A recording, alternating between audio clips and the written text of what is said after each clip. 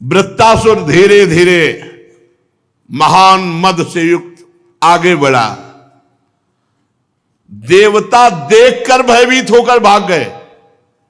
देवताओं की जो सेना थी, जब देखा कि वृत्तासुर आ रहे हैं तो अस्त्र नहीं चलाए, देखा ही के वापस हो गए, क्योंकि इतना भयानक स्वरूप, इतना बलवान। तुम लोग मृत्यु से क्यों भयभीत हो रहे हो, युद्ध भूमि से क्यों भाग रहे हो, ललकारा वृत्तासुर ने। कोई बात नहीं सुन रहा इस समय, मतलब पहाड़ का पहाड़, आकाश को घेरे हुए वृत्तासुर। वृत्तासुर देवताओं से क्रोध से तिलमिलाता हुआ, ओठ को चबाता हुआ, और जो देव सेना डटी हुई थी, पैरों से ऐसे जैसे कोई घास फूस रौंदे, ऐसे देवताओं को रौंदता हुआ आगे बढ़ा और डांटा, ए क्षुद्र देवताओं, कायरो, रणभूमि में पीठ दिखा के भागने में तुम्हें शर्म नहीं आती? तुम सूरवीर मानते हो अपने को, डरपोको, तुमको जहां प्रशंसा मिलती वहीं गरजते हो, स्वर्ग में देवता बने पूजते हो, आओ हमारे सामने। तुम्हारे मन में अगर किसी के भी युद्ध का उत्साह हो तो सामने आओ, क्षण भर कोई नहीं टिका। वृत्तासुर इतना बड़ा बलवान डील डोल का था कि देवता सब छोटे छोटे लग रहे थे, और क्रोध में जब सिंहनाद किया तो अचेत हो गई देवसेना। वृत्तासुर जी ने गर्जना जब की तो मूर्छित हो गए देवता। देवता मूर्छित है, ऐसा लग रहा है जैसे बिजली गिर गई हो सबके ऊपर, और उनको पैरों से रौंदते हुए आगे बढ़ रहा है। मदोन्मत्त गजराज जैसे कोई नरकट का बन रौंद डाले, ऐसे मूर्छित देवताओं को। रणबाकुरा वृत्तासुर हाथ में त्रिशूल लिए और नेत्र बंद किए भयभीत देवसेना को कुचल रहे थे पैरों से। वज्रपाणी देवराज इंद्र ये करतूत सह न सके, और उन्होंने एक भयंकर गदा चलाई वृत्तासुर पे। वृत्तासुर ने देखा देवराज इंद्र ने गदा चलाई है, तो बाएं हाथ से ऐसे पकड़ लिया, उसे मीस के फेंक दिया, और जब उसको मीस के फेंका तो देवराज इंद्र के वाहन ऐरावत के माथे पे लगी, तो घुटने टेक दिए ऐरावत ने। इंद्र ने प्रशंसा की, वाह वीर वाह, ऐरावत को कोई घुटने टिका सके, ऐसा वीर नहीं। खून उगलता हुआ देवराज इंद्र का ऐरावत हाथी घुटने के बल हो गया। होश आया तो 28 हाथ पीछे गिरा जाके, चक्कर ऐसा 28 हाथ पीछे।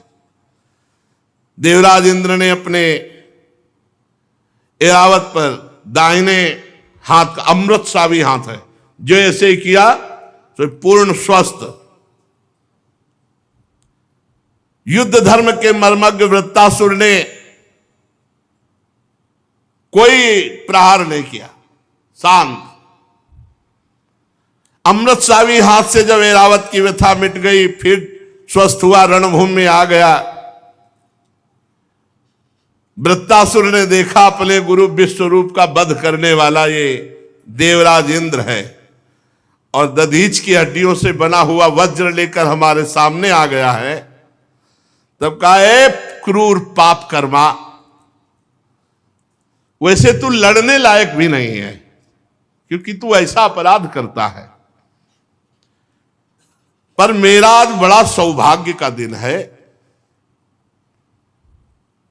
पहला सौभाग्य कि विश्वरूप जैसे ब्रह्म ऋषि गुरु के हत्यारे को आज मैं मारूंगा। दूसरा सौभाग्य मैं तुम्हारे हाथ में देख रहा हूं, अगर नहीं मार पाया तो तू मुझे मारेगा, क्योंकि ये दधीच ऋषि ब्रह्म ऋषि की हड्डियों से बना हुआ वज्र है, ये निष्फल नहीं जाएगा। मेरा तो सौभाग्य ही है। अगर तुझे मार पाया तो मैं भाई के ऋण से उऋण हो जाऊंगा, क्योंकि त्वष्टा के वो पुत्र थे, त्वष्टा जी ने इनको भी प्रकट किया था। और अगर तेरे द्वारा मारा गया तो अहो भाग्य, क्योंकि ब्रह्म ऋषि की हड्डियों के द्वारा बने हुए इस वज्र से मैं मारा जाऊंगा। तू कितना पापी है, वृत्तासुर जी कह रहे। तू यज्ञ में दीक्षित होकर जिनको गुरु पद में, उन्हीं को विश्वास दिला करके तलवार से उनके तीनों सिर काट लिए।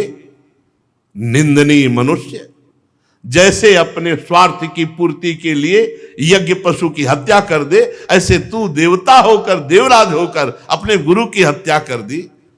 तेरी लज्जा कहां चली गई? कहां चली गई थी तेरी कीर्ति और तेरी बुद्धि?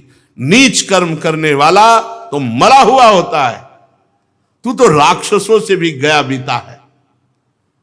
ले अब मेरे त्रिशूल का वार सहे और देख इस त्रिशूल से तेरी कैसे मृत्यु होती है।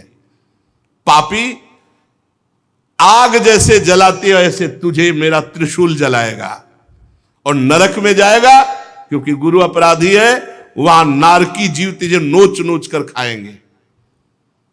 देवता होकर तेरे जैसा नीच कर्म करने वाला मैंने नहीं देखा।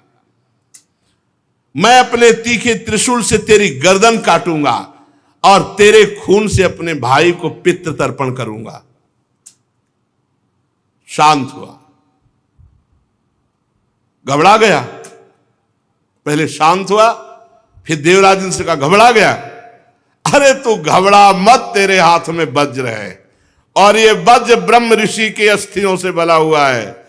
जब मैं त्रिशूल चलाऊं तो तू करना प्रहार, इसका प्रहार निष्फल नहीं जाएगा, मैं मारा जाऊंगा, घबरा मत। महाभागवत है, महाभागवत भगवान के परम प्रिय भक्त है। ये तो लीला है इनकी पार्वती जी के शाप से। देख, जब वज्र से मारा जाऊंगा तो मैं महापुरुषों की चरण रज का आश्रय लेने वाले महापुरुषों को जो गति होती है वो मेरी गति होगी। तू घबरा मत। देवराज, मैं तेरे सामने खड़ा हूं, तू मेरा शत्रु है और तेरे हाथ में जो है दिव्यास्त्र है, अमोघ है, ये व्यर्थ कभी नहीं होता, कभी व्यर्थ नहीं। देवराज इंद्र का वज्र कभी व्यर्थ, ये दधीचि ऋषि का प्रताप। तू संदेह मत कर कि जैसे तेरी गदा निष्फल हो गई तेरा वज्र भी निष्फल हो जाएगा। नहीं, ये अमोघ है, इसमें हरि विराजमान है और दधीचि ऋषि का तेज विराजमान। क्योंकि हरि जी ने बताया था ना,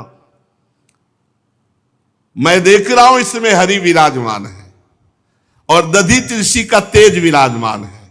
मेरे हरि ने मेरे मारने का उपाय तुझे बताया है और आज्ञा भी दी है, इसलिए ये वज्र कभी निष्फल नहीं होगा, डर मत।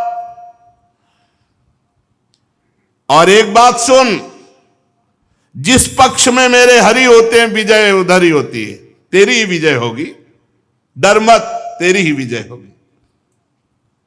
विजय लक्ष्मी सारे गुण वहीं निवास करते हैं जहां श्री हरि।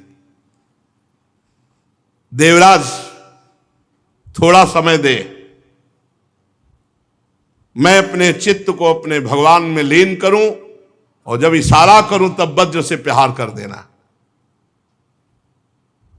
क्योंकि मैं जहां बड़े बड़े मुनिजन ध्यान करके पहुंचते हैं, मैं उन प्रभु का वरण करूंगा, उन प्रभु को प्राप्त करूंगा, उन प्रभु के समीप जाऊंगा। इसलिए जब वज्र का प्रहार करना, जब मैं इशारा कर दूं, क्योंकि मुझे थोड़ा समय दे, मैं इस समय अपने भगवान का ध्यान